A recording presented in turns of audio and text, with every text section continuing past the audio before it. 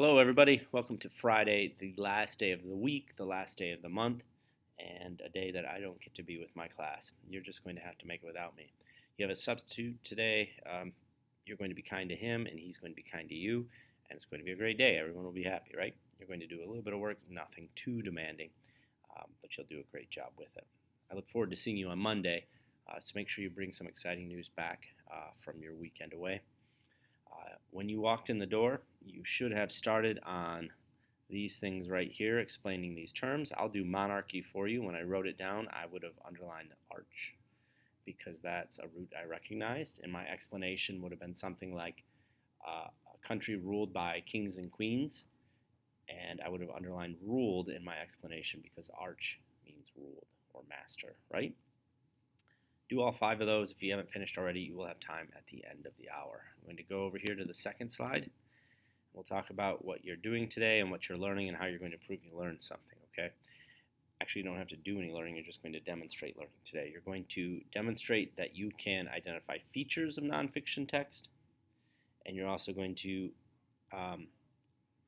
identify central ideas and details or main ideas in nonfiction text. So you've got 2 jobs. You're going to demonstrate your understanding using worksheets that you will get once this video stops, okay?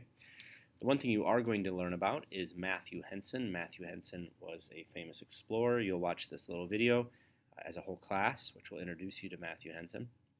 And then you're going to read the article. You can read it in one of a few ways. You can read it by clicking on this link and going to Scholastic Scope magazine, logging in. The advantage of you going there is that you get these features like adjusted reading levels, you can have text-to-speech, all that stuff. If that doesn't work out, you can use this PDF link. There are also copies of the magazine on my desk. They are the bright red ones that say "Woo" across the front cover. So you've got 3 different ways you can access that text. Find and do the one that works best for you.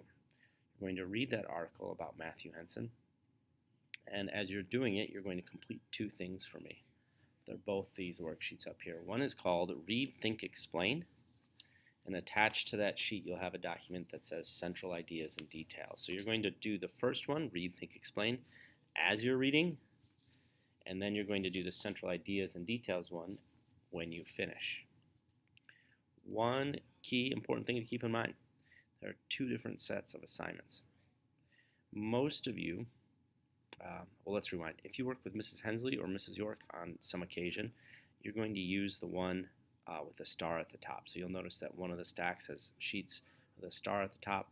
There's just a small difference in the questions that are being asked. So make sure if you work with Mrs. Hensley or Mrs. York, you grab the ones with the star at the top.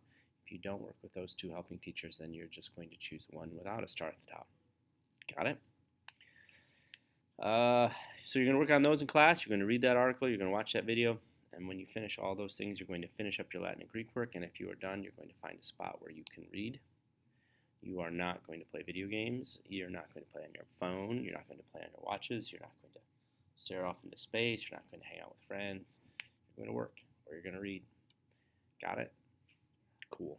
I hope you enjoy learning about Matthew Henson. I hope you have a great day, and I hope you have a great weekend. I look forward to seeing you all on Monday.